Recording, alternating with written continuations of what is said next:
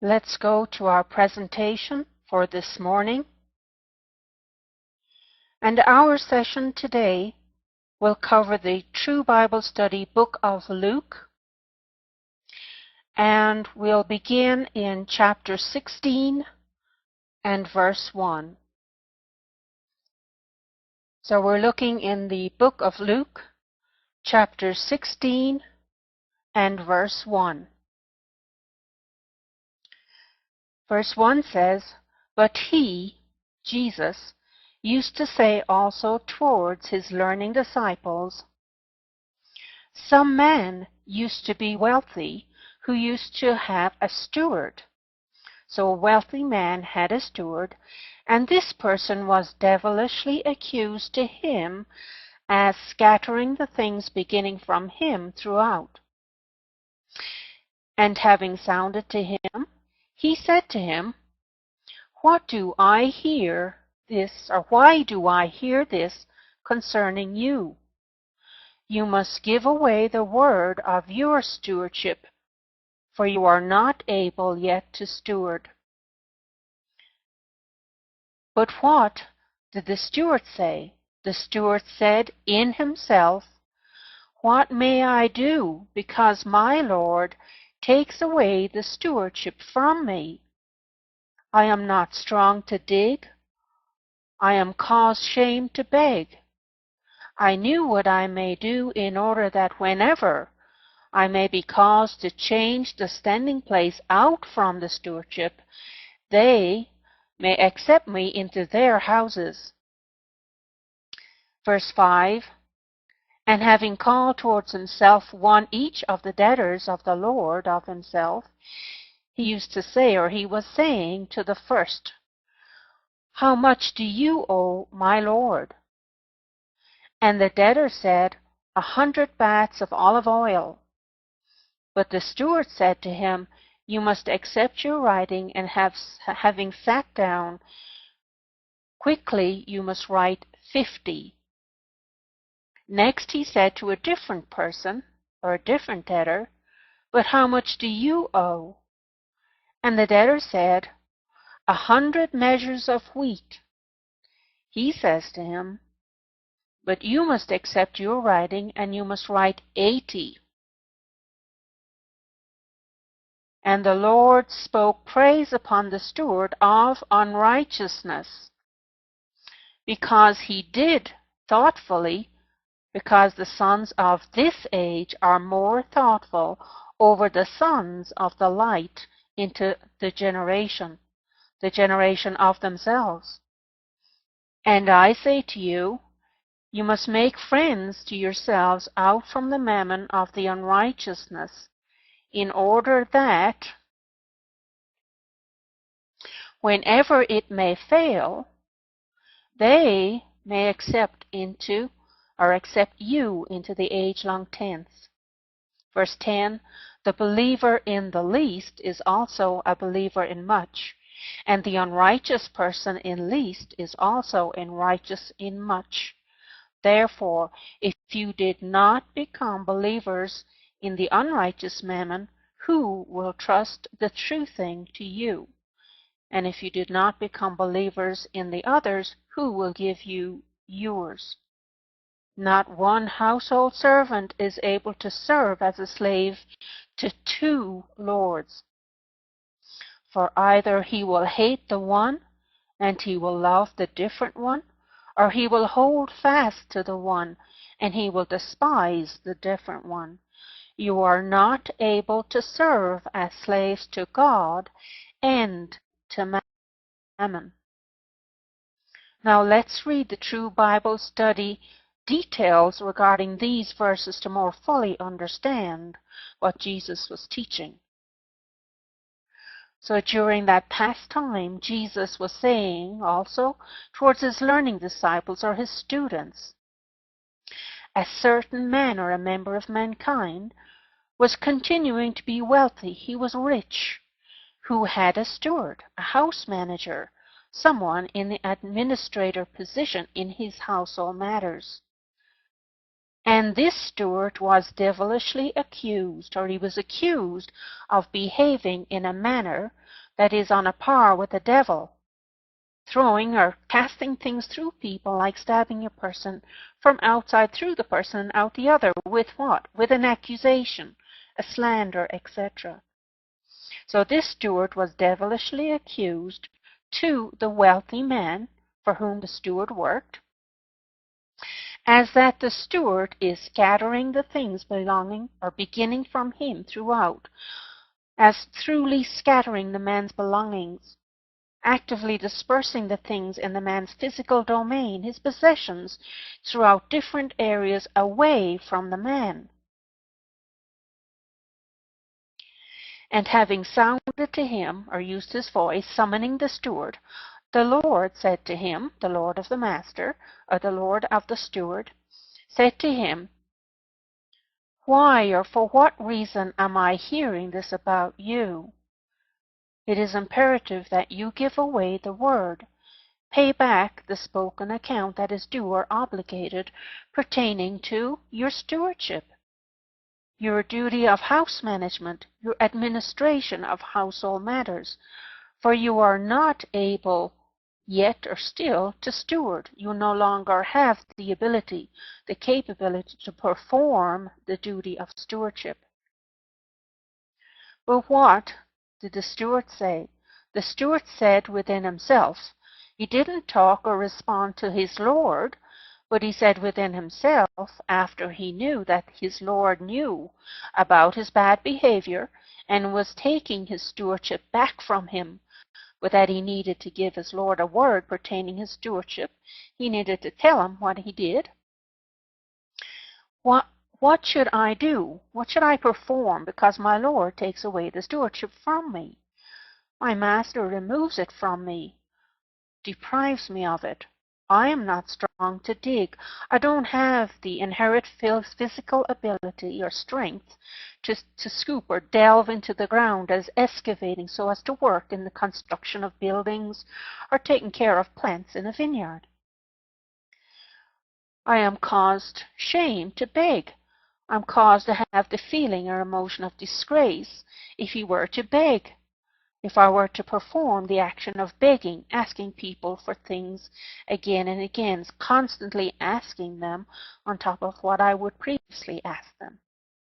He would be ashamed to beg. I personally knew what I should do or perform for the purpose and result that at whatever time that I would be caused to change the standing place out from the stewardship, that I would be removed from my current position, changed or transferred from my stewardship in this house to another location. They would accept me, not my current Lord, but the other people would welcome me, receive me willingly, take me, being presented to them, into their houses, their habitations, homes, the dwellings that they live in. So, after the steward called or invited towards himself every single one of the debtors of his own Lord, the people who were indebted to the current master, those who owed the debt due to of loan of money, etc., he spent time saying to the first debtor, "How much do you owe my Lord? What amount are you indebted to my master?" And the debtor said, 100 baths, or 100 liquid measures of olive oil. But the steward said to him, "It is imperative that you accept your writing, welcome the written bill indicating your debt, and after you sit down, quickly, with speed or swiftly, you must write 50. Change your bill to write what you only owe the Lord, or my Lord, 50 baths of olive oil." Well, that's a difference between 50 and 100. Next, after that, he said to the person, a different person, having a different kind of debt, "But how much do you emphatically owe? What amount are you yourself indebted to my Lord?" And the debtor said, 100 measures, 100 large dry measures of wheat. He says to him, the steward says to him, It is imperative that you accept your writing, the written bill of your debt, and you must write 80. Change it to 80 instead of 100. And what did the Lord, or his master, say to him? The Lord spoke praise upon, so this Lord's judgment, when he received the word pertaining to that steward's stewardship, he bestowed or expressed praise as repeating praise, applauding him for what? Let's see why he applauded him. He expressed praise to the steward of the unrighteousness, or pertaining to what is unrighteous, injustice, unjustness, what is not right but is wrong, the steward who is behaving in an unrighteous manner. So instead of asking his current lord for forgiveness and behaving in a righteous manner, this steward continued in his unrighteous behavior against his lord. And the Lord continues to explain, of course Jesus is speaking here, because he, the steward, did thoughtfully, yes, he was thoughtful, as described in verses 5 to 7, in a manner that indicated that he had thoughts in his mind as being sensible or intellectual, pertaining to what? He was thinking correctly in line with the unrighteousness, as explained in the following phrase, because the sons of this age are the people who have the quality and essence of the present duration of life, the specific and limited time relative to unrighteousness, are comparatively more thoughtful over or beyond, in excess of, the sons of the light, people who have the quality and essence of the light, God's light by means of Jesus, the Son of Man, the Christ, the Messiah. Because the sons of this age are comparatively more thoughtful over the sons of the light into the generation, or regarding the race, the descent, the kind of living beings who reject Jesus, who is speaking God's word to and for them. And then Jesus continues to explain emphatically and specifically the generation pertaining to themselves, their own race, descent, or kind of living beings, excluding God and his word to and for them. And emphatically I say to you, who? Jesus is emphatic. He says, I myself, Jesus, I lay these words before you, the sons of this age, pertaining to the unrighteousness. You must make friends to yourself. Do make the action of causing to be friends of yourselves in that friendly kind of love, as though it were your brother.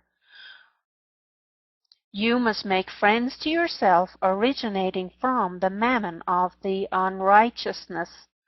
Now the word mammon means any material item considered to be riches or treasures that a person would put his faith or trust in, over or other than the only true God. The mammon pertaining to what is unrighteous, the unjustness, injustice, what is not right.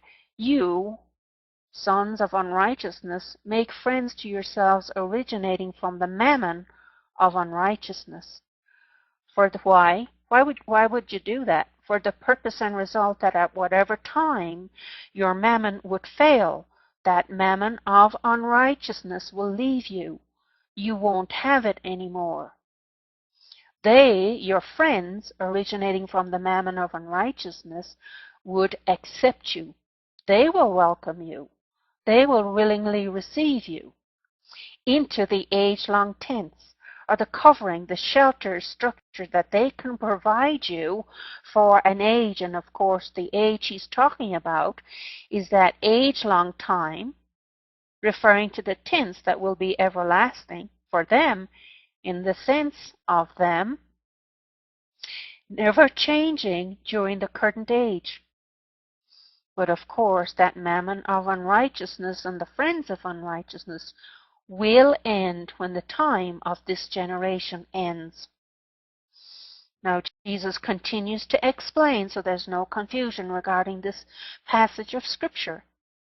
He says the believer, the person who believes what God says, who is faithful, trusting relative to God and the things of God within the sphere of action of the least or the smallest thing, is also a believer within the sphere of action of much or a big thing. And the unrighteous person in least is also unrighteous in much. Following on logically, if you, or since it is a fact that you, unrighteous people, did not become believers within the sphere of actions of the unrighteous mammon, you did not come to pass to be faithful.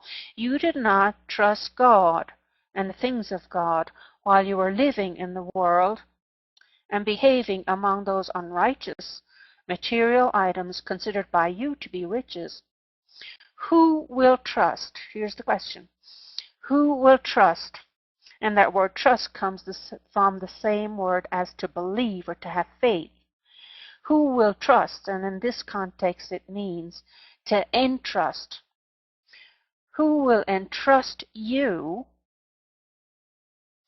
with the true thing, that which has the quality and essence of trueness, the consistency of truths, the actual, real, certain, genuine thing relative to God and the things of God? Who will entrust you with the true thing? And of course the unwritten answer is nobody, no one. And or since you did not become believers in others or what belongs to other people, who will give to you yours? And of course to give means to present or yield something to another, which someone already has, and give it to the other person. Who will willingly give you something that would then belong emphatically to you? And of course the answer is unwritten, and that would be nobody. From this context we can understand that. Again, Jesus explains, not one household servant, no servant living in his master's house, is able to serve as a slave or has the capacity of being a slave to two lords or masters. There's no doubt about this fact. Even if a person tries to serve as a slave to two different masters, he is not serving as a slave to either one of them. In truth, either he will hate the one, he will have active ill will towards one of them, and he will love, that is, the godly kind of love, the Lord, or the different kind of Lord. So he will hate the one and love the other, or he will hold fast to one. He will firmly hold on to one of the Lords as though holding him up before himself firmly to support him and give him what he needs, and he will despise the different one. He will think down on or against the other kind of Lord. So what does this mean? All of this means that you are not able to serve as slaves to God and to mammon. You do not have the able power, you do not have the capability to serve as slaves to God and to mammon, because you cannot serve as slaves to two lords.